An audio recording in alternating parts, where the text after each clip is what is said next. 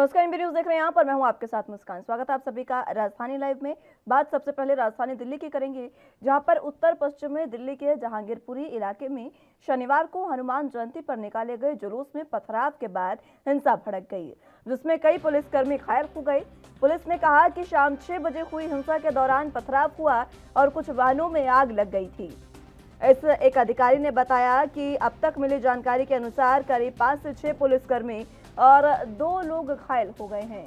वहीं अधिकारियों ने यह भी कहा कि राष्ट्रीय राजधानी के बाकी सभी 14 पुलिस जिलों में सुरक्षा बढ़ा दी गई है और कोई भी अप्रिय घटना न हो, इसके लिए तकनीकी स्तर पर निगरानी भी रखी जा रही है। जहांगीरपुरी और अन्य संवेदनशील क्षेत्रों में अतिरिक्त सुरक्षा कर्मियों को तैनात किया गया है। दिल्ली पुलिस के जनसंपर्क अधिकारी अनीश रॉय ने बताया कि ये हर साल हनुमान जयंती पर निकाले जाने वाला पारंपरिक जुलूस था। रॉय ने कहा कि जब जुलूस कुशल सिनेमा पहुंचा तो 2 समुदायों के बीच झड़प हो गई, पथराव भी किया गया।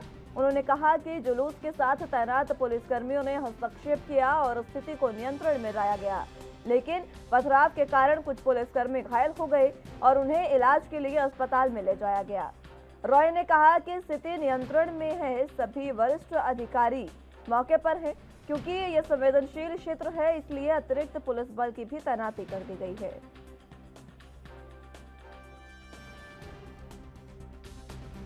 यहाँ का सिचुएशन पूरी तरह से अंडर कंट्रोल है।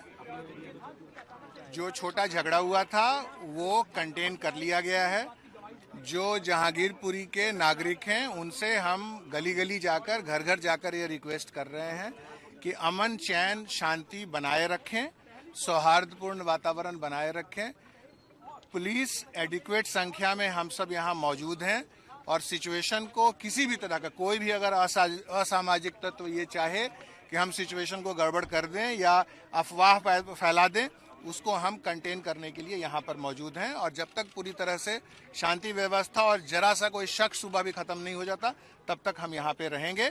और लोगों से अपील है, और आपके चैनल के जरिए से भी हम ये अपील करना चाहते हैं लोगों से कि किसी भी तरह के अफवाह पे विश्वास न करें। यहाँ पर अमन चैन शांति व्यवस्था मुकम्मल तरीके से बरकरार है।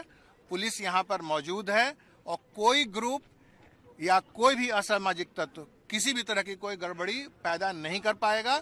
और हम लोग जो कम्युनिटी है उससे इस कम्युनिकेशन में है। पीस कमेटी, अमन कमेटी के लोग हमारे साथ हैं, उनसे बातचीत चल रही है और हम लोग डोर टू डोर जाकर लोगों को में ये विश्वास पैदा कर रहे हैं कि अमन चैन सौहार्दपूर्ण वातावरण बना के रखें और पुलिस यहाँ मौजूद है और आपकी सुरक्षा मुकम्मल है। इस खबर पर जरा जानकारी के लिए दिल्ली से संवाददाता राजीव तिवारी हमारे साथ मौजूद हैं। राजीव, फिलहाल जिस तरीके से ये घटना घटी और अब सीधे तौर पर दिल्ली सरकार पर एक बार फिर से सवाल उठने लगे हैं, क्योंकि सांप्रदायिक दंगे जो है दिल्ली में बढ़ते जा रहे हैं। देखिए, बिल्कुल सही कहा आपने। यहाँ पर बात करें आरोप प्रत्यारोप से, तो दिल्ली सरकार की तरफ से एक बयान दिया गया था कि जो शोभा यात्रा निकाली जा रही थी, यानी कि हनुमान जयंती की, उसके ऊपर जिस तरीके से पथराव हुआ और झगड़ा हुआ और उसके बाद में कैसे गाड़ियों को भी नुकसान पहुंचाया गया, पुलिसकर्मी जो थे वो घायल हुए। तो जिस तरीके से अरविंद केजरीवाल ने कहा कि दिल्ली पुलिस जो है वो केंद्र सरकार के हाथ में, केंद्र सरकार की जिम्मेवारी बनती है सुरक्षा व्यवस्था बनाए रखें। और जिस तरीके से आरोप मनोज तिवारी ने भी कहा कि दिल्ली के अंदर कहीं ना कहीं जो साजिश के तहत ये घटना को अंजाम दिया गया, तो इसका कहीं ना कहीं आरोप प्रत्यारोप जरूर देखने को मिल रहा है। मगर यहाँ पर शोभा यात्रा के दौरान जिस तरीके से झड़प हुई और झड़प के बाद में कहीं ना कहीं वो पथराव जला भी दिया गया और पुलिसकर्मी जो थे वो घायल भी हुए, तलवारें भी लहराई गई यहाँ पर और गोलियां भी चलाई गई। तो कहीं ना कहीं वो सारी साजिश जो थी वो कहीं ना कहीं ये ही इशारा करती है कि साजिश के तहत हुआ। मगर पुलिस व्यवस्था जो है वो कहीं ना कहीं बिल्कुल चौकस होती हुई नजर आई और लगातार कहीं ना कहीं सुरक्षा को लेकर दिल्ली पुलिस के जो बड़े अधिकारी थे या फिर कहे स्पेशल सीपी जो थे वो रात भर मौजूद रहे और लगातार कहीं ना कहीं लोगों को अपील भी करते रहे कि लोग बाग जो है वो अपने घरों के अंदर रहे।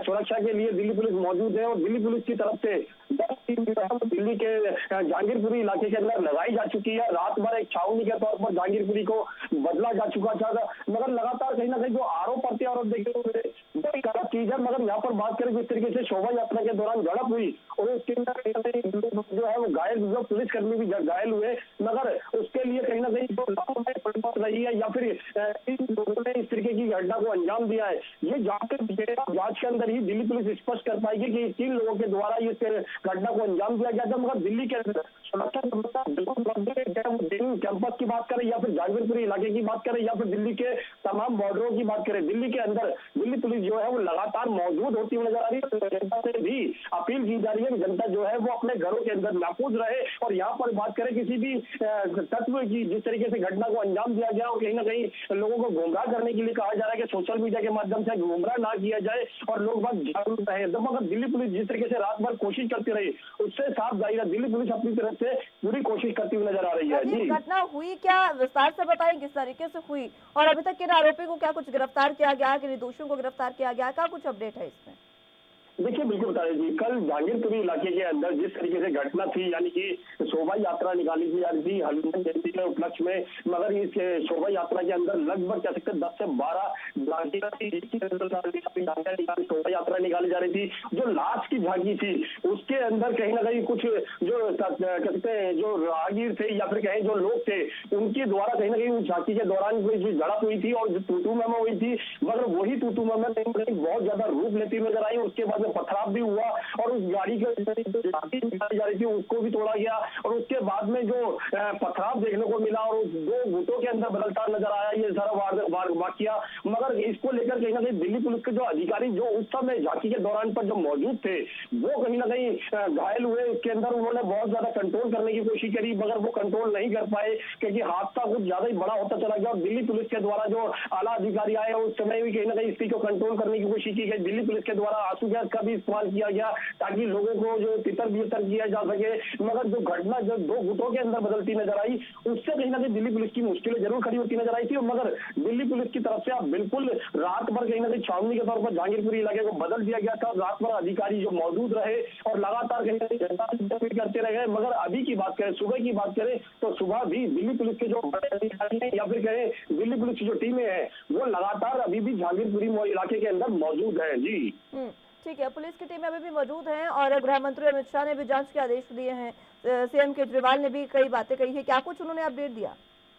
देखिए बिल्कुल सही कहा आपने। यहाँ पर बात करें गृह मंत्रालय की, जिस तरीके से अमित शाह ने खुद दिल्ली पुलिस के जो कमिश्नर है उनसे भी बातचीत की और उनसे भी यही कहा कि अगर इसके अंदर कोई भी दोषी है तो उसके ऊपर सख्त कार्रवाई की जाए। दिल्ली पुलिस अपने अधिकारों के साथ साथ दिल्ली के अंदर जो अमन है उसको बना के रखे। मगर जिस तरीके से ये घटना को अंजाम दिया गया और उसके बाद में तमाम जो नेताओं के जो कह सकते हैं चाहे वो मनोज तिवारी के हो, अरविंद केजरीवाल के हो, उनको लेकर कहीं ना कहीं आरोप प्रत्यारोप जरूर देखने को मिलेगा। क्योंकि मनोज तिवारी ने ये जरूर स्पष्ट किया कि सोची समझी साजिश के तहत इस घटना को अंजाम दिया गया है। तो सोची समझी साजिश के बहुत लोग सामने हैं। जिस तरीके से ड्रोन का सहारा लिया गया, हर तरीके से ये कोशिश की गई कि अमन चैन बना रहे।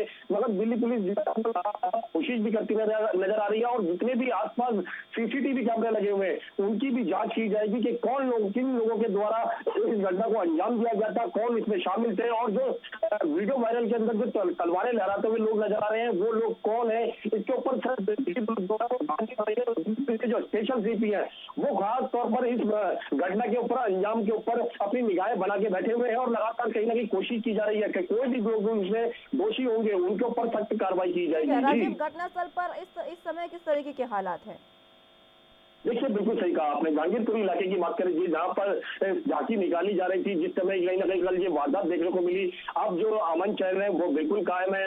लोग बाग जो अपने घरों से जो रोजमर्रा की चीजें लेने के लिए निकलते हैं वो बिल्कुल निकल रहे हैं। लोगों को बिल्कुल पता नहीं था कि इस तरीके की घटना हो जाएगी। मगर वहाँ के लोगों से जब हमने जानने की कोशिश करी तो उन्होंने भी कहा कि इस तरीके की घटना पहली बार हुई है। ये घटना जो है वो वाकई में निंदनीय है। लगातार दिल्ली पुलिस भी कोशिश कर रही है। मगर अभी की बात करें तो अमन चैन बिल्कुल कायम है और दिल्ली पुलिस के अभी तक अधिकारी जो है वो मौजूद है और लगातार दिल्ली पुलिस के जो लोग हैं, चाहे वो जो दिल्ली पुलिस की जो 10 टीमें लगाई गई है वो भी जहांगीरपुरी इलाके के अंदर मौजूद है और लगातार कहीं ना कहीं लोगों को अपने घरों में रहने के लिए ही सलाह दी जा रही है। मगर लोग बाग जो है वो अपने दिनचर्या के लिए कहीं ना कहीं बाहर निकलते नजर आ रहे हैं, उनको परेशान नहीं किया जा रहा। दिल्ली पुलिस उनसे सिर्फ पूछताछ कर रही है, बाकी किसी को भी परेशान नहीं किया जा रहा। मगर जिस तरीके से कल घटना का अंजाम दिया गया उसके अंदर कहीं ना कहीं सवालिया निशान जरूर खड़ा होता है कि किस कुछ लोगों के द्वारा ये घटना को अंजाम दिया गया था, मगर दिल्ली पुलिस के अंदर कहीं ना कहीं रेड अलर्ट जरूर घोषित कर दिया गया। दिल्ली पुलिस जो है वो लगातार अब कोशिश भी करती नजर आ रही है कि दोषियों को जल्द से जल्द पकड़ा जाए। जी ठीक है राजीव, बहुत शुक्रिया आपका हमारे साथ जुड़ने के लिए और तमाम अहम जानकारी हम तक पहुंचाने के लिए।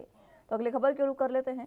कानपुर के निराला नगर रेलवे मैदान में रविवार को विश्व हिंदू परिषद कानपुर प्रांत के द्वारा दुनिया का सबसे बड़ा उत्सव राम उत्सव का आयोजन किया जा रहा है, जहां देश के 6000 गांवों से लगभग 2100 बच्चे भगवान राम और हनुमान के स्वरूप में कानपुर के निराला नगर रेलवे मैदान में पहुंचेंगे, जिसको देखते हुए अब कानपुर के निराला नगर रेलवे मैदान में तैयारियां पूरी तरह से दुरुस्त कर ली गई है।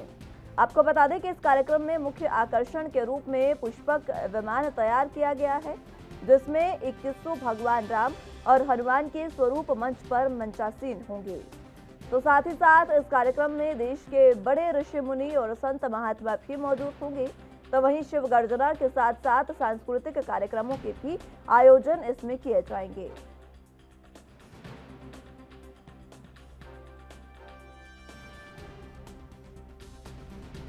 दिन रविवार को जो विश्व हिंदू परिषद के द्वारा कार्यक्रम रामोत्सव का विशाल कार्यक्रम आयोजित किया जा रहा है। विश्व हिंदू परिषद के 21 जिलों से एक एक कार्यकर्ता, प्रखंड ब्लॉक से, छोटे छोटे गांव से भी कार्यकर्ता प्रभु श्री राम का स्वरूप लेकर के यहाँ पर विराजमान होंगे। और जो विशाल मंच आप देख रहे हैं हमारे पीछे, ये मंच में 6000 प्रभु श्री राम के स्वरूप, नाना प्रकार के भगवान श्री राम के जो रूप थे वो सज करके यहाँ पर विराजमान होंगे। इनके साथ 1100 हनुमान जी भी यहाँ पर विराजमान होंगे। अपने मत पंथ सभी पूज्य संत भी, जो दाहिने दिशा पर विशाल मंच बन रहा, पूज्य संतों का भी यहाँ पर आगमन होगा, उनका भी सम्मान और स्वागत होगा। ये इसका मुख्य जो उद्देश्य हमारा पूरा हो, विश्व हिंदू परिषद का जो उद्देश्य पूज्य संतों के नेतृत्व में अयोध्या की पावन भूमि पर हम सब के आराध्य भगवान श्री राम का मंदिर बन रहा है। और अब दूसरा उद्देश्य है कि भगवान श्री राम की अवतरित भूमि पर राम मंदिर बन रहा है, ये लक्ष्य पूरा हुआ। अब ये पावन धरती पर राम राज्य की स्थापना हो तो घर घर राम और घर घर हर मोहल्ले में राम जैसे पुत्र पैदा हो, भाई पैदा हो, राजा पैदा हो, जिनका श्रेष्ठ आचरण बने। इस उद्देश्य को लेकर के जन जन तक प्रभु श्री राम के रूप में हमारे कार्यकर्ता बने।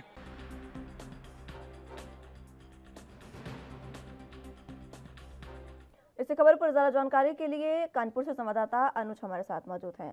अनुज, फिलहाल जिस तरीके से रामोत्सव की तैयारियां पूरी कर ली गई है, किस तरीके की तैयारियां फिलहाल?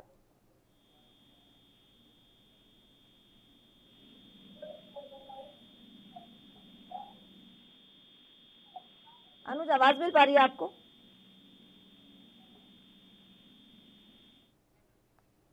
चलिए, संपर्क उनसे टूट गया है, एक बार फिर से उनको जोड़ने की कोशिश करेंगे। लेकिन फिलहाल जिस तरीके से रामोत्सव, सबसे बड़ा रामोत्सव का आयोजन किया जा रहा है, उसमें कई बड़ी हस्तियां यहाँ पर मौजूद रहने वाली है।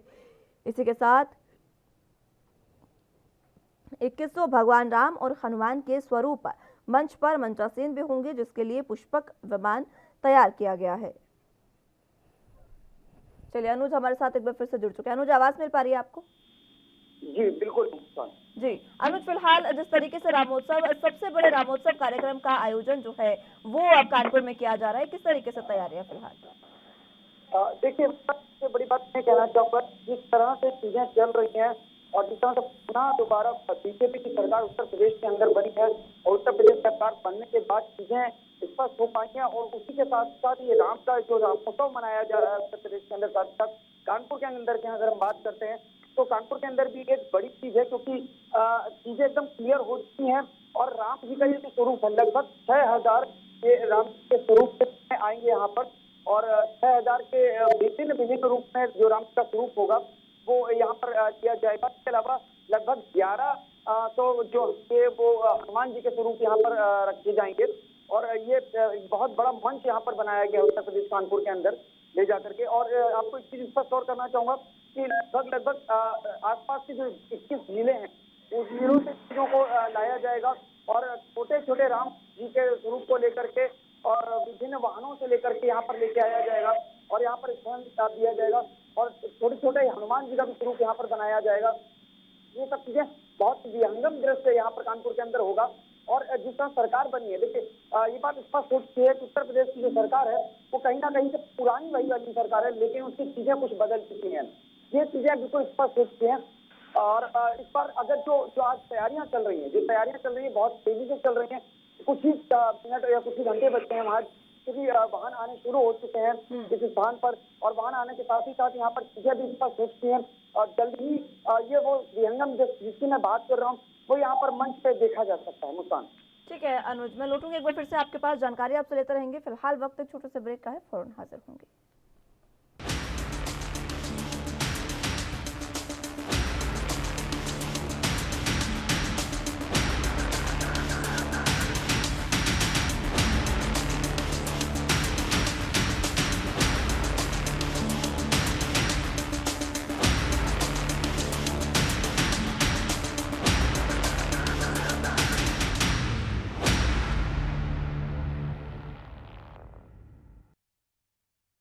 ब्रेक के बाद एक बार फिर से स्वागत है आप सभी का राजधानी लाइव में। तो बात कानपुर की कर रहे थे, जहां पर सबसे बड़े रामोत्सव का आयोजन किया जा रहा है। इसी पर ज्यादा जानकारी के लिए कानपुर से संवाददाता अनुज तिवारी हमारे साथ मौजूद है। अनुज, फिलहाल जिस तरीके से आपने बताया तमाम जानकारी के बारे में, कौन कौन सी बड़ी हस्तियां इस रामोत्सव में शामिल हो सकती हैं? देखिए उत्तर प्रदेश की अगर हम बात कर रहे हैं मुस्कान, और साथ ही साथ रामोत्सव की बात कर रहे हैं, तो देखिए वर्तमान में जो सरकार है उससे पहले जो सरकार थी, दोनों में कोई खास बदलाव नहीं है। दोनों एक ही सरकार है, बीजेपी की सरकार है। और लीडर जो है वो मुखिया जो है, और वो जो देश का समझ चाहूंगा जो प्रदेश का मुखिया है वो भी एक ही स्वरूप का है, यानी कि राम नाम का। देखिए राम मुद्दे को लेकर के बीजेपी सरकार ने उत्तर प्रदेश के अंदर पुराना अपना इतिहास दोहराया, और फिर से राम की अगर हम बात करते हैं तो अयोध्या और राम दोनों कोई ज्यादा अंतर नहीं है, एक ही चीजों का पर्यायवाची शब्द माना जा सकता है उत्तर प्रदेश के अंदर। अब बात करते हैं अगर हम हस्तियों, तो जाहिर सी बात है अगर राम नाम की बात आती है तो जाहिर सी बात है, और विश्व हिंदू परिषद अगर इसका आयोजन करवा रहा है तो इसमें कोई शक नहीं है कि बड़ी बड़ी हस्तियों का इसमें समावेश हो सकता है। हालांकि अभी हाल फिलहाल किसी भी बड़े नेता का प्रोटोकॉल ना ही जारी किया गया है, ना ही कोई जानकारी है अपडेट हो पाई है, लेकिन ऐसा माना जा रहा है कि अचानक किसी भी क्षण में, क्योंकि आपको बता दूं कानपुर और लखनऊ में कोई ज्यादा दूरी नहीं है, कुछ मिनटों की दूरी अगर हेलीकॉप्टर या चॉपर के द्वारा यात्रा करी जाती है तो कोई भी बड़ा लीडर यहाँ पर उपस्थित हो सकता है। लेकिन जो चीज आपको बताऊं, ये जो आयोजन कराया जा रहा है वो विश्व हिंदू परिषद के द्वारा कराया जा रहा है। विश्व हिंदू परिषद का जो आयोजन होता है वो कहीं ना कहीं देखिए संघ से जुड़ा हुआ माना जाता है, और बीजेपी सरकार है तो इसे कोई गुरेज नहीं करा जा सकता है कि इसमें बड़ा लीडर नहीं आएगा। हाँ, लेकिन अभी तक इस बात की पुष्टि नहीं हो पाई कि कौन सा बड़ा लीडर आएगा। लेकिन अगर देखिए अनुज, अगर देखा जाए तो जिस तरीके से रामनवमी पर तमाम हिंसाएं अलग अलग प्रदेश में हुई, और कल ही हमने जहांगीरपुरी में भी देखा जिस तरीके की घटना हुई, क्या ये मान लिया जाए कि उत्तर प्रदेश के कानपुर में ये जो आयोजन रामोत्सव सबसे बड़ा आयोजन किया जा रहा है वो इसलिए कि वो संदेश एक देना चाहते हैं उत्तर प्रदेश में कि उत्तर प्रदेश में इस तरीके की घटनाएं बर्दाश्त नहीं की जाएंगी? ऐसा माना जा सकता है मुस्कान। देखिए बिल्कुल आप सही कह रही हैं, मैं आपको फिर से वही कह रहा हूं कि देखिए उत्तर प्रदेश के अंदर वही सरकार है, सरकार में कोई बदलाव नहीं आया है। सरकार की कार्यशैली में थोड़ा सा बदलाव माना जा सकता है, लेकिन सरकार का वही लीडर है, सरकार में वही मुखिया बने हैं जो सरकार में थे, और वही वर्तमान की सरकार है। लेकिन ये चीजें जो बिल्कुल आपने जो कही है वो बिल्कुल मानने योग्य बात है। देखिए कल अगर हम बात करते हैं तो कल की बात करते हैं तो हनुमान जी की जयंती हनुमान जी का जन्म उत्सव मनाया गया था, और हनुमान जी के जन्म उत्सव के बाद आज विश्व हिंदू परिषद के द्वारा कानपुर में एक बृहद कार्यक्रम का आयोजन किया जा रहा है। लेकिन एक चीज बहुत स्पष्ट करना चाहूंगा आपको मुस्कान, कि ये जो आयोजन किया जा रहा है कानपुर के अंदर, ये आयोजन उसी स्थान पे किया जा रहा है जहां पर मोदी और योगी की रैलियां होती हैं। जब से मोदी सरकार बनी है देश के अंदर, देखिए तब से मोदी जी की इसी स्थान पर रैली हुई थी, और तब से लेकर के आज तक इसी स्थान पर रोज रैली होती चली आ रही, और आज भी वहां पर यह कार्यक्रम का आयोजन किया जा रहा है। लेकिन अगर इससे थोड़ा सा अलग हट के बात करते हैं मुस्कान, तो देखिए 6,000 छोटे छोटे राम का स्वरूप, छोटे बच्चे जो होंगे बहुत खूबसूरत होते हैं बच्चे, और बच्चों के राम का एक जो वेश होगा, उनके कंधे पर एक धनुष टंगा होगा, पीछे एक सर्कस होगा, उस पर तीर होंगे, उसके अलावा छोटे छोटे हनुमान, ये लगभग 1100 हनुमान, ये एक मंच का एक विहंगम दृश्य होगा जो जनता को देखने के लिए होगा। लेकिन ये जो इस तरह का आयोजन किया जा रहा है, ये मानना है, और यहाँ पर जो आयोजक है उनका ये भी कहना है कि इस आयोजन में लगभग 1 लाख से ज्यादा लोगों का आने का निर्णय भी हुआ है। अलग अलग जिलों से बसें आ रही हैं, अलग अलग जिलों से अलग अलग वाहन आ रहे हैं, जिन पर ये सारी भीड़ एकत्रित होंगी। लेकिन इस तरह का जो आयोजन हो रहा है, जैसा भी आपने कहा कि रामनवमी को लेकर के इससे जोड़ा जा सकता है, तो बिल्कुल शक नहीं किया जा सकता या इसमें गुरेज नहीं किया जा सकता कि इस तरह का आयोजन देश नहीं बल्कि प्रदेश को एक सूचना देना है, एक संदेश देना मात्र है कि अगर ऐसा कुछ होता है तो अब देश की राजनीति और प्रदेश की राजनीति एक अलग तरह से मोड़ ले चुकी है, एक अलग तरह से विचारधारा आ चुकी है। ठीक है अनुज, बहुत शुक्रिया आपका हमारे साथ जुड़ने के लिए और तमाम अहम जानकारी हम तक पहुंचाने के लिए। तो अगली खबर की रुख कर लेते हैं। पंजाब के मुख्यमंत्री भगवंत मान ने संयुक्त मोर्चा के 23 संगठनों को बैठक के लिए आमंत्रण भेजा है। गौरतलब हो कि बैठक रविवार को 17 अप्रैल यानी आज दोपहर 2 बजे होगी। पंजाब भवन चंडीगढ़ में इस बैठक का आयोजन होगा। किसानों की मांगों को लेकर ये बैठक होगी और ये भी बताया जा रहा है कि इस बैठक में राज्य में धान की सीधी बुआई को बढ़ावा देने और राज्य के विभिन्न जिलों में अलग अलग समय पर धान की बुआई पर भी चर्चा होगी। किसानों की कई मांगे हैं जिन पर पूर्व सीएम की तरफ से भी मुहर लगाने का दावा किया गया था। उनसे नमूने का मुआवजा भी था और जो गुलाबी सुंडी के कारण नुकसान हो गया था, इनमें से भी एक सबसे बड़ी मांग कर्जा माफी थी जो अब तक पेंडिंग है। अब देखना होगा कि अब वर्तमान सीएम भगवंत मान इस पर किस तरीके का निर्णय लेंगे।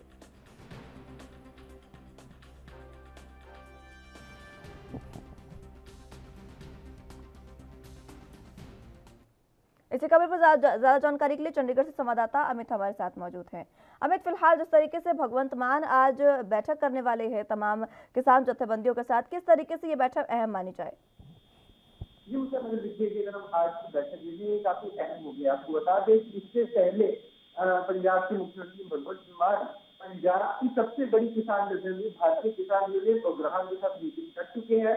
उनके द्वारा जो सवाल उठाए गए थे या जो मुद्दे लेके आए थे, तो गुलाबी सुंडी फसल को कम मुआवजा, किसानों को समय से मुआवजा मिलना और जो लेबर वहां पे काम करती है उनको मुआवजे को लेकर मुलाकात करने गए थे, जिसके ऊपर उन्होंने सहमति बना ली थी। लगभग अगर हम कहें कि 50 करोड़ का मुआवजा किसानों के लिए और 5 करोड़ का मुआवजा अगर हम कहें कि जो खेतों में जो लेबर काम करती है उसके लिए भारतीय किसान यूनियन अपनी तरफ से बात करके आई थी। उससे अन्य कई मुद्दे उनकी तरफ से रखे गए थे, पर जो बात करें तो ग्राहक जत्थेबंदी सिर्फ अपने आप पर बजट करने आई थी। आज की मीटिंग की हम बात करें तो पंजाब की बाकी सभी किसान जत्थेबंदियां मिलकर अगर आप कहेंगे आज पंजाब के मुख्यमंत्री भगवंत मान से 2 बजे पंजाब भवन में मुलाकात करेंगे और जितने भी इश्यूज हैं, बाकी पंजाब के इश्यूज है, उनको लेके वो सीएम से मुलाकात करेंगे। तो वो इस मीटिंग में वो इश्यूज नहीं रखेंगे। इस मीटिंग में पंजाब के मुख्यमंत्री अपनी तरफ से राय देंगे। पंजाब में खेती एक लंबे समय चल रही है, पर खेती को चेंज करने की जरूरत है, क्योंकि पानी का एक बड़ा इशू पंजाब में खड़ा में लगातार पानी का स्तर गिर रहा है। इस चीज को लेकर सीएम अपनी तरफ से कई राय दे सकते हैं और इन चीजों के ऊपर अमल करने के लिए सभी जत्थेबंदियों से मुलाकात की जा रही है कि किस तरह की बिजाई करनी है, डायरेक्ट बिजाई की जाए, क्या स्टेप बिजाई की जाए, कि कुछ एरिया में पहले कुछ में बाद में, ताकि फसल जब तैयार हो तो धीरे धीरे तैयार हो और खेतों में टाइम से आती है। तो इन सब चीजों को लेकर चर्चा की जाएगी और किसानों के से बड़े मुद्दे रहेंगे जो कम रीजन पे नहीं है, जो गुलाबी सुंडी का फसल को नुकसान हो, उन चीजों को लेकर जो अभी अगर हम ठीक बात कहें कि चना की फसल को जो गर्मी की मार पड़ी है, जिससे सिकुड़ गया और फसल भी कम हुई है, तो उनको लेकर चर्चा हो सकती है। जी ठीक है, गुलाबी सुंडी और तमाम चीजों को लेकर ये जो बैठक है इसमें चर्चा की जा सकती है, लेकिन सबसे बड़ी अगर मांग किसानों की मानी जाए तो वो कर्जा माफी है। क्या इस पर कोई ना कोई फैसला हो सकता है आज? बिल्कुल, देखिए कर्जा माफी शुरू से अगर कहें कि स्टैंड इशू रहा है, बार बार किसान यही कहती है कि जब कॉर्पोरेट का कर्जा माफ हो जाता है, किसानों का कर्जा क्यों नहीं उठेगा। किसानों का कर्जा माफ होता है पर उस लेवल पे कभी नहीं माफ होता जितनी जरूरत है, क्योंकि अगर एक बार किसानों का एक बड़े लेवल पे कर्जा माफ हो जाता है तो पंजाब में से कई किसान है जिनको बहुत बड़ा फायदा मिल सकता है। इस चीज को लेकर भी हम कहें कि आज हम कह सकते हैं कि पंजाब में भगवंत मान से मुलाकात की जा रही है। अपना मुद्दा अगर मीटिंग में किसान जत्थेबंदियां लेके जाएंगे और कर्जा माफी रहेगा, कर्जा माफी कितनी जो है हम देखेंगे लगातार बात की जाती है, तो कोई एक कंबाइंड डाटा नहीं क्लियर होता है। आमतौर पर अगर हम कर्जा माफी की बात करेंगे, सरकारी डाटा होता है वो जो किसान अपनी फसल के ऊपर लेता है या फिर हम खेतों के ऊपर लेता है, पर कई बार ऐसी स्थिति हो जाती है कि किसान को अगर हम कहेंगे जो स्टेट टैक्स उसमें पिछले किसी दूसरे तरीके से उसे कर्जा लेना पड़ता है, इसलिए वो अपनी जमीन को लैप में ले लेता है या अन्य तरीके से लेता है, जो होता है किसान लोन के अंदर नहीं आता। किसान लोन देखते हो दूसरे हाई लेवल लोन ले लेता है और उसके बाद कर्जे में लगातार फंस जाता है कि जो उसको चुका नहीं पाता। तो इन सभी चीजों को लेके आज किसान जत्थेबंदियां जाएंगे, अपनी मांग रखेंगे, अपनी बात कहेंगे कि यहाँ पे ये ऑप्शन है, यहाँ पे ये दिक्कत परेशानियां है, इसके लिए आपको ही हमारा हल निकाले। क्योंकि सीएम भगवंत मान पहले ही एक लंबा आश्वासन दे चुके हैं किसानों के लिए, हम किसानों के लिए काम करेंगे। पंजाब एक खेती बाड़ी सूबा है, इसमें किसानों की बहुत अहमियत है और इस चीज को खुद मुख्यमंत्री समझते हैं और इसलिए कोशिश करें कि किसानों की हर एक दिक्कत परेशानी का हल दे सके। अमित, भगवंत मान की सरकार ने जिस तरीके से अभी हमने देखा किसानों के जैसे ही गेहूं का उठान हुआ उसके बाद तुरंत उनको 24 घंटे के अंदर मुआवजा दिया गया, उनको उनकी राशि दी गई। तो ये जो फैसला था भगवंत मान की सरकार का, इसके बाद किसानों को कहीं ना कहीं उनसे और ज्यादा उम्मीदें हो गई है। अब किसानों की उम्मीदें क्या इस बैठक में सफल साबित होंगी? जो उम्मीदें किसानों ने लगाई है उस पर फैसला, आज कोई बड़ा फैसला हो सकता है क्या? देखिए, अगर हम कहें कोई बड़ा फैसला हो सकता है, ये अभी हम क्लियर नहीं कह सकते। हमें ये क्लियर चाहिए एक मीटिंग, क्योंकि आमतौर पर जब बड़े कंपनसेशन दिए जाते हैं तो उसमें मल्टीपल मीटिंग होती है, multiple perspective, multiple point of view. क्योंकि आमतौर पर अगर सरकार एक मीटिंग में डिसीजन लेगी तो सिर्फ वही किसान कवर होंगे जो किसान लोन, जिन्होंने फसल पे लोन लिया या अपनी जमीन अंडर किसानी के लिए जिन्होंने स्पेसिफाई बोला कि हमने किसानी के लिए लोन लिया है, तो उनकी ही लोन माफ होंगे। पर अगर हम बात करें पंजाब की, तो इसके अलावा ऐसे कई और किसान रिलेटेड लोन है जो किसान ले लेते हैं, पर वो लोन किसी और कैटेगरी के अंदर। तो ऐसे में बहुत ज्यादा जरूरी रहता है कि बहुत सोच समझ के फिर एक कैसे उठाया जाए कि किसानों को कर्ज माफ हो, तो बहुत ज्यादा कुछ प्लान की जरूरत होगी। तो एक बहुत शुक्रिया आपका हमारे साथ जुड़ने के लिए और तमाम अहम जानकारी हम तक पहुंचाने के लिए। फिलहाल राजधानी लाइव में वक्त एक छोटे से ब्रेक का है, फौरन हाजिर होंगे।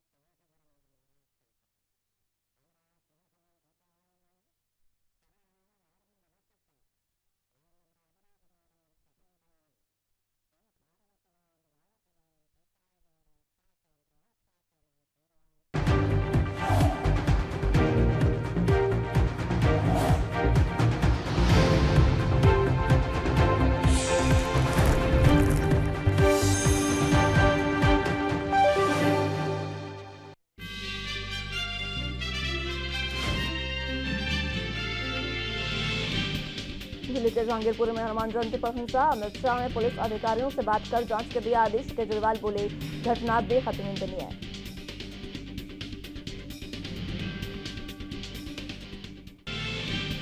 दिल्ली में हनुमान जयंती पर हिंसा के बाद यूपी में अलर्ट, यूपी के डीजी कानून व्यवस्था प्रशांत कुमार का बयान। दिल्ली में सटे नोएडा में भारी पुलिस बल तैनात।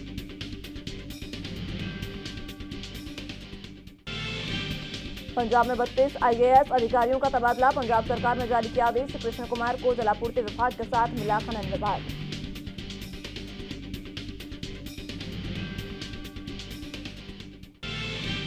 और यूक्रेन युद्ध का आज 52वां दिन, अब तक यूक्रेन के 3000 सैनिकों की मौत। जेलेंस्की बोले रूस के 20,000 सैनिक मारे गए।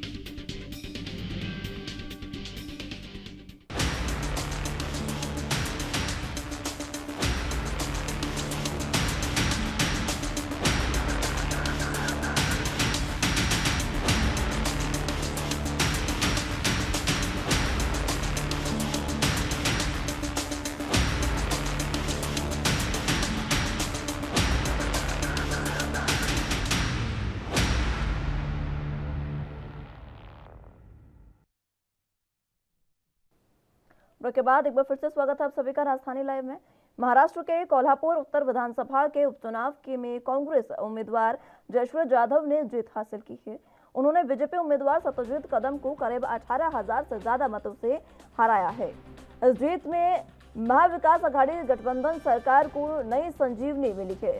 निर्वाचन अधिकारियों ने बताया कि आघाड़ी की ओर से कांग्रेस उम्मीदवार जयश्री जाधव को 96,176 वोट मिले। जबकि बीजेपी के सत्यजीत कदम को 77,426 वोट मिले। ऐसे में जयश्री यादव को 18,750 मतों के अंतर से विजय घोषित किया गया। कांग्रेस विधायक चंद्रकांत यादव के 2021 में कोविड-19 के कारण निधन के बाद ये सीट खाली हुई थी। अब कांग्रेस ने इस सीट से दिवंगत विधायक की पत्नी को चुनावी मैदान में उतारा था और इस सीट के उपचुनाव 12 अप्रैल को हुआ था, जिसमें 61.19% मतदान हुआ था।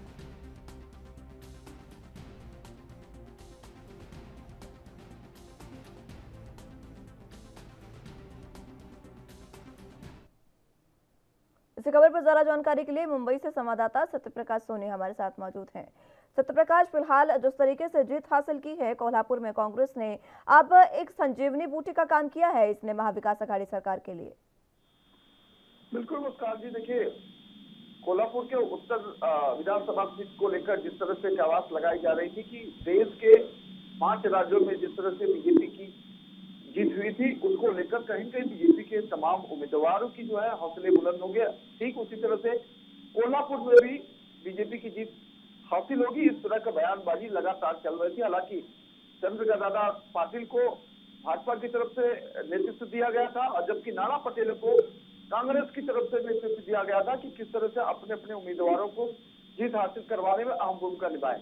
लेकिन जिस तरह से जयश्री यादव ने 18,750 वोटों से बीजेपी के विधायक को हराया है, जाहिर तौर पर ये बड़ी जीत है। और इस बीच जिस तरह से कांग्रेस मान चुकी थी कि आने वाले 5 सालों तक और उन्हें जो है इंतजार करना पड़ेगा सत्ता में लौटने के लिए, लेकिन उनकी जो वापसी हुई थी जाहिर तौर पर एक संजीवनी का काम कर रही है, क्योंकि जयश्री यादव पहली बार महिला विधायिका वहां बनी है, तो एक बड़ी जीत है। लेकिन जिस तरह से लगातार नाना पटोले कह रहे थे कि आने वाले समय में जिस तरह से बीजेपी ईडी का डर दिखा के, सीबीआई का डर दिखा के और फिर धर्म की ध्रुवीकरण राजनीति करके लोगों को डराने की कोशिश कर रही थी, शायद वहां की जनता ने इसे दरकिनार किया है।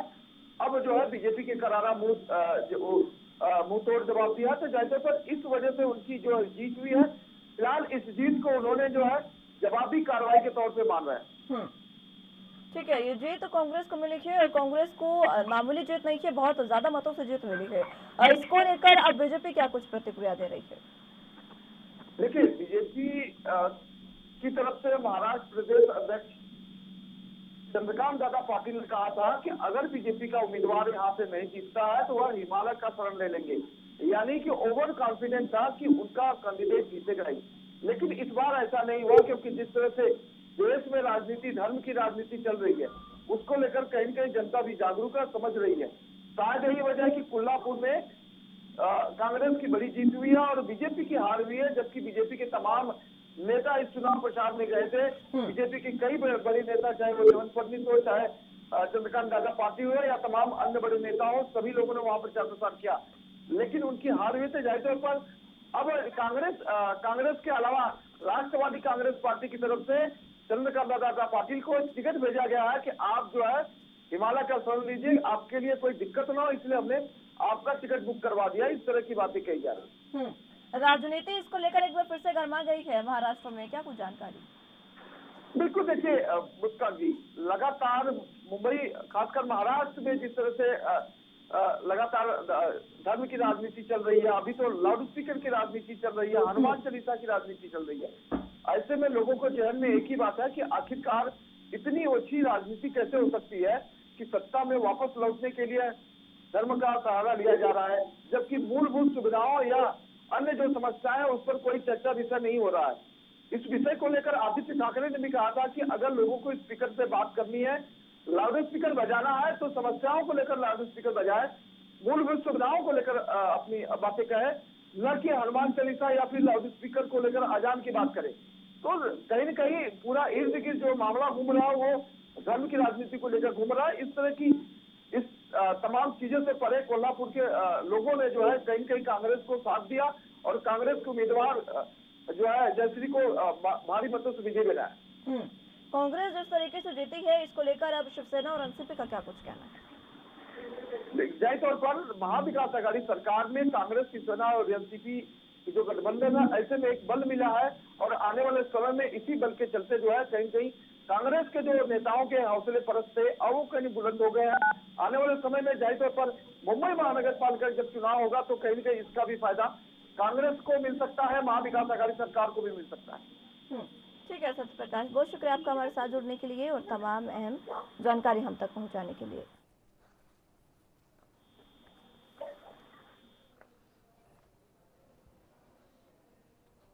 चलिए तो अगली खबर की ओर बढ़ जाते हैं। रामनवमी के जुलूस के दौरान हुए सांप्रदायिक तनाव के बाद समाजसेवी मेधा पाटकर और सुप्रीम कोर्ट के एडवोकेट एहतशाम हाशमी और उनकी टीम सेंधवा और खरगोन दौरे पर थे। इस दौरान प्रशासन द्वारा उन्हें आरटीओ बैरियर पर ही रोक लिया गया, जहां से ये लोग वापस लौट गए। मेधा पाटकर ने कहा कि खरगोन और सेंधवा में जो हो रहा है वो बहुत दुखद है। हम शांति का आह्वान करने जा रहे थे लेकिन हमें रोक दिया गया। उन्होंने प्रशासन पर सवाल खड़े करते हुए कहा कि कोई आरोप नहीं, पंचनामा नहीं, कोई नुकसान की भरपाई नहीं की बात नहीं की जा रही है। जो जेल में रहे युवाओं पर झूठे आरोप लगाए गए, जबकि वो मोटरसाइकिल पर हमला करते कहा वो जेल में थे। उन्होंने कहा कि हम महात्मा गांधी को मानने वाले लोग हैं, हमारा हरदम शांति का पथ रहेगा।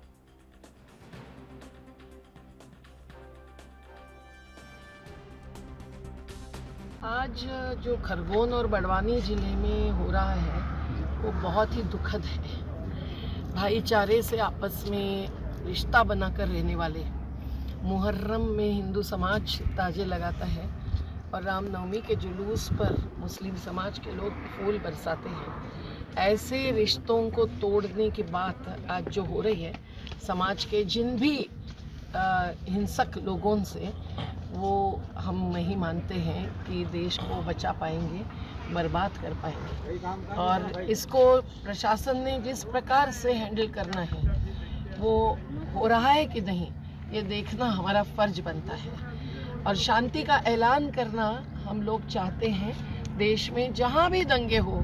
जब मालेगांव में हुआ था तब भी, जब हाथरस में महिला पर अत्याचार हुआ तब भी हमारी टीम हरदम पहुंचती रही है। और एडवोकेट एहतशाम भाई, जिनकी सुप्रीम कोर्ट की केवल एडवोकेसी नहीं करते हैं पर गरीबों को साथ देते हैं, सभी समाजों को एक इंसानियत का संदेश देते हैं। तो आज हम लोगों को खरगोन में जाने के बाद एसपी और तमाम पुलिस अधिकारियों ने आकर एक प्रकार से अपील की कि आज हनुमान जयंती है, जो हमें याद नहीं था क्योंकि प्रतिष्ठापना तो हो चुकी थी, लेकिन उन्होंने कहा कि आज तो नहीं आइए, तो 2 दिन के बाद हम आपको जाने देंगे। में जो कम्युनल वायलेंस हुआ है आप सब जानते हैं, तो हमारी लॉयर्स की टीम और मेधा पाटकर जी भी हम लोग सब साथ में आए थे।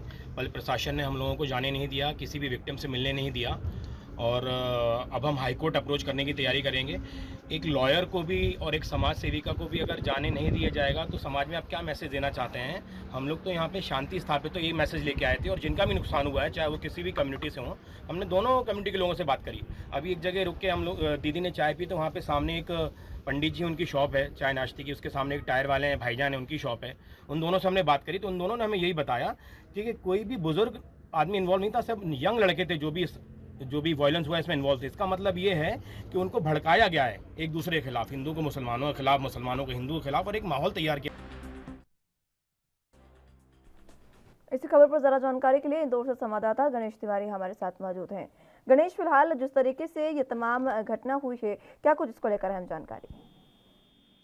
देखिए मुस्कान, सबसे पहले अगर बात करें तो चूंकि रामनवमी के दिन की अगर बात करें तो मध्य प्रदेश के बड़वानी के सेंधवा में और मध्य प्रदेश के खरगोन में जो है सांप्रदायिक दंगा की स्थिति हो गई थी, जहां पर तनाव की स्थिति पैदा हो गई थी और पथरावबाजी की खबरें सामने आई थी। जिसके बाद राजनीतिक गलियारों की अगर बात करें तो वहां पर काफी ज्यादा राजनीतिक गलियारों में काफी ज्यादा तेजी देखने को मिल रही थी, लगातार बातें सामने आ रही थी। अब जहां स्थिति जो है सामान्य होती हुई दिख रही है, चाहे हम सेंधवा की बात करें या खरगोन की बात करें, दोनों जगह की स्थितियां जो है सामान्य हो रही है, क्योंकि प्रशासन लगातार मुस्तैद है और साथ ही जो उपद्रवी हैं, दंगाई हैं, उनके ऊपर लगातार प्रशासन जो है उनको चिन्हित करके कार्रवाइयां अभी भी जारी कर रहा है, अभी भी कर रहा है। ऐसे में अब राजनीति तेजी दिख रही है, जहां पर अगर बात करें तो नर्मदा बचाओ आंदोलन की जो नेत्री है और समाजसेवी है मेधा पाटकर, और सुप्रीम कोर्ट के जो वकील है एहतशाम हाशमी, वो जो है सेंधवा और खरगोन के लोगों से मिलने जा रहे थे। जहां पर सेंधवा जाते वक्त पुलिस ने हालांकि महज 10 किलोमीटर पहले ही उन्हें रोक दिया गया। चूंकि कल बात करें तो पहली चीज तो इस चीज पर वहां के लोगों का भी अगर जानने की कोशिश करें तो जो सेंधवा के लोग हैं वो भी ये कह रहे हैं कि वो किसी तरह से इसमें राजनीतिकरण नहीं चाह रहे हैं। वो ये चाह रहे हैं कि आपस में ही वहीं के लोग, जो वहाँ के लोकल लोग हैं, चाहे वो हिंदू भाई हो या फिर मुस्लिम भाई हो, वो आपस में मिलकर इसका समझौते का जो है हल निकालना चाह रहे हैं।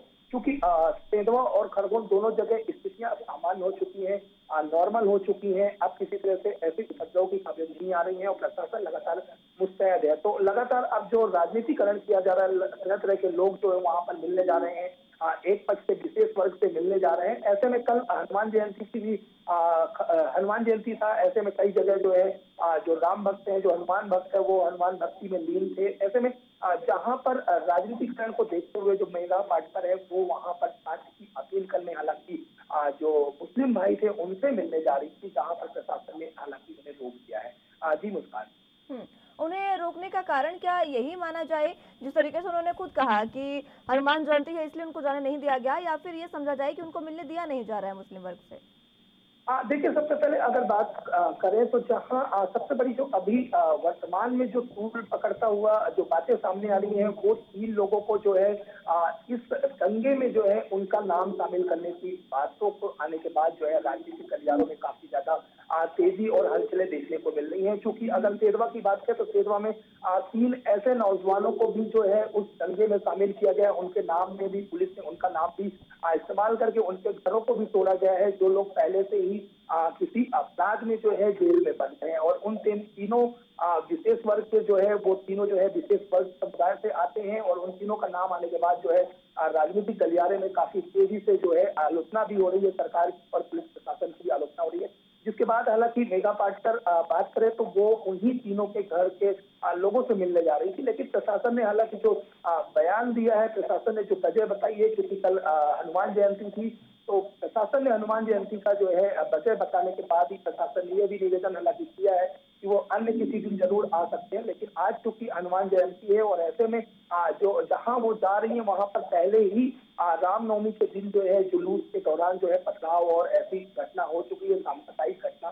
तो ऐसे में वहां पर जाना आज किसी तरह से उचित नहीं रहेगा और इस वजह से जो है उन्हें रोकने की बात कही है। लेकिन कहीं ना कहीं प्रशासन जो है मिलने भी नहीं दे रही। अन्य पार्टियों के लोग जो जा रहे हैं उन्हें भी मिलने नहीं दिया जा रहा है, ये भी बात करते हैं। चूंकि प्रशासन दोनों तरफ से, प्रशासन का कहना यही है साफ तौर पर ऐसे में राजनीतिक गलियारे के लोग जाएंगे तो इसका वापस से पुनः जो है भड़क सकती है। क्योंकि दोनों क्षेत्रों की अगर बात करें तो दोनों जगह जो है शांति वापस स्थापित हो चुकी है। तो वो किसी तरह से भी प्रशासन जो है इस तरह से इस पर कोई भी ऐसी अच्छी घटना वापस सामने न आए, तो इसलिए प्रशासन जो है किसी को अभी मिलने नहीं दिया जा रहा है। गणेश, जिस तरीके से मेधा पाटकर के साथ उनके सुप्रीम कोर्ट से एक वकील भी मौजूद है, एहतशाम हाशमी, उन्होंने ये जो बयान दिया, उन्होंने साफ तौर पर कहा कि अगर पुलिस जो है, प्रशासन जो है, वो वकीलों को भी नहीं मिलने देंगे अगर, तो फिर इससे दुर्भाग्यपूर्ण कुछ भी नहीं हो सकता। इस तरीके की बात उन्होंने कही। निश्चित तौर पर अगर बात करें तो यहाँ पर राजनीति से ताल्लुक जो है ना तो एहतशाम हाशमी रखते हैं, चूंकि वो सुप्रीम कोर्ट के वकील है। और मेधा पाटकर की बात करें तो मेधा पाटकर चाहे वो नर्मदा बचाओ आंदोलन की नेत्री रही हो या फिर समाज सेवी, वो एज अ समाज सेवी। गणेश, आप बने रहिए हमारे साथ, जानकारी आपसे लेते रहेंगे। एक बार फिर से मैं लौटूंगी आपके पास। फिलहाल वक्त एक छोटे से ब्रेक का है, फौरन हाजिर होंगे।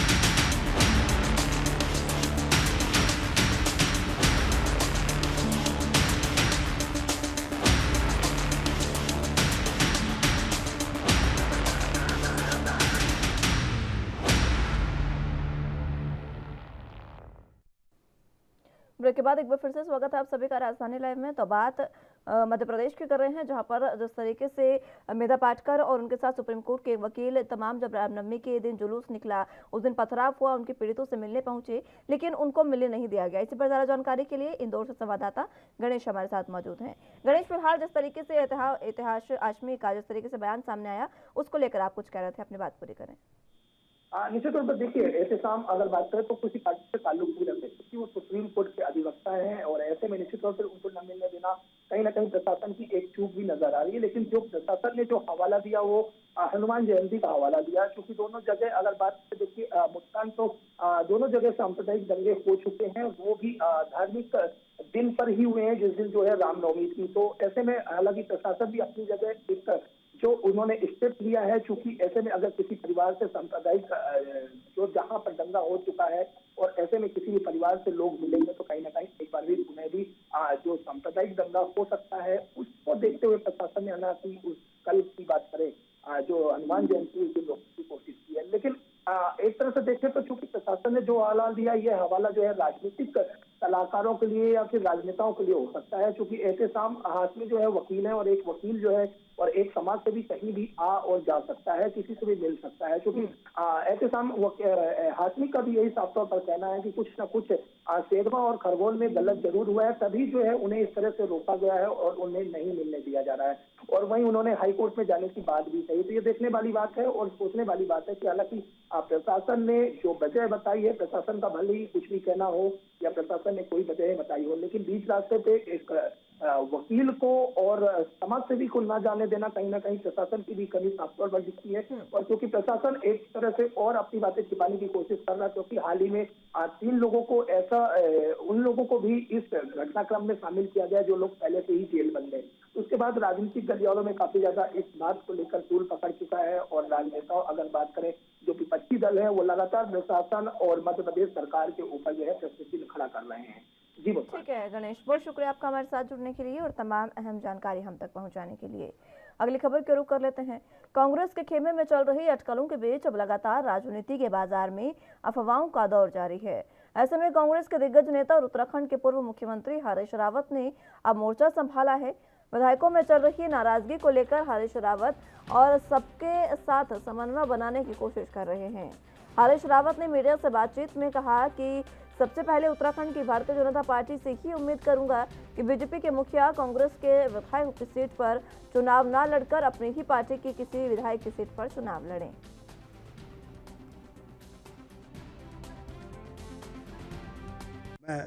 मैं समझता हूं कि भाजपा गलत परंपराएं नहीं डालेगी, अपने ही विधायक से इस्तीफा करवाएगी और मुख्यमंत्री लड़ें।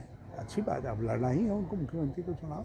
एक बात बताओ, जब मुझको देखते हैं लोग और मैं पार्टी के लिए जीत नहीं ला पाया तो मुझ पर हमला नहीं करेंगे तो किस पर हमला करेंगे, किससे पूछेंगे सवाल? तो स्वाभाविक है, पूछा तो उसी से सवाल जाता है जैसे उम्मीदें होती। सर सबके लिए दुश्मन आप ही क्यों बने? हरीश रावत जी क्यों बने सबके लिए दुश्मन?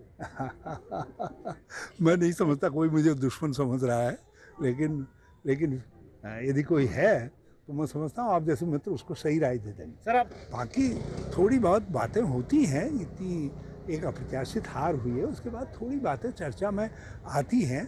उन चर्चाओं से मैं समझता हूं कि जो कांग्रेस का वेल विशर है उसको चिंतित होने की आवश्यकता। उनके कहने से क्या होता है कि हरीश रावत जी क्या कह रहे हैं, हरीश धामी क्या कह रहे हैं, उसके कहने से होता है और उनके नेता बाकी क्या कर रहे हैं वो बता दें कि वो किसी की बपौती पर चल रहे हैं या स्वयं निर्णय लेने का दम कांग्रेस के नेताओं में है तो अपने हिसाब से निर्णय लेंगे। और अगर वो अभी तक जो कुछ कह रहे थे ऐसा लग रहा है कि हरीश रावत जी के कहने पे बोल रहे थे, तो इससे दिख रहा है साफ साफ कि अगर हरीश रावत जी कह रहे हैं वो ऐसा नहीं करेंगे या उनके इशारे पे वो पोपट की तरह हरीश धामी जी बोल रहे थे, तो एक बड़ा संदेश ये जा रहा है कि जो प्रभारी के बारे में, देवेंद्र यादव के बारे में जो कुछ बोला गया है वो सुनियोजित सोची समझी साजिश थी और ये हरीश रावत जी द्वारा ही बुलवाया गया होगा।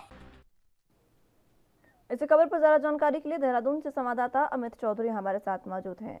अमित, फिलहाल जिस तरीके से ये तमाम बातें हो रही है, कांग्रेस में अटकलों का दौर जारी है, अफवाहों का दौर जारी है। कांग्रेस के एक विधायक है जिन्होंने कहा है कि वो सीएम धामी के लिए अपनी सीट छोड़ने को तैयार हैं और अब हरीश रावत ने सीएम धामी से ही सीधे तौर पर अपील कर ली है। मुस्कान, आपको बता दूं कि जिस तरीके से आप जो उत्तराखंड के अंदर राजनीतिक घटनाक्रम घट रहा है, खासकर कांग्रेस की बात करें, जिस तरीके से पहले कांग्रेस में बगावत की यहाँ पर खबरें आती हैं और 8 से 10 विधायक यहाँ पर भाजपा के संपर्क में होने की बात आती है, लगातार देहरादून में यहाँ पर उनका मिलने का दौर जारी होता है, यहाँ पर बैठक करने का दौर जारी होता है और यहाँ पर जो धारचूला से जो विधायक है हरीश धामी, उनकी तरफ से बयान आता है कि वो मुख्यमंत्री के लिए सीट छोड़ सकते हैं।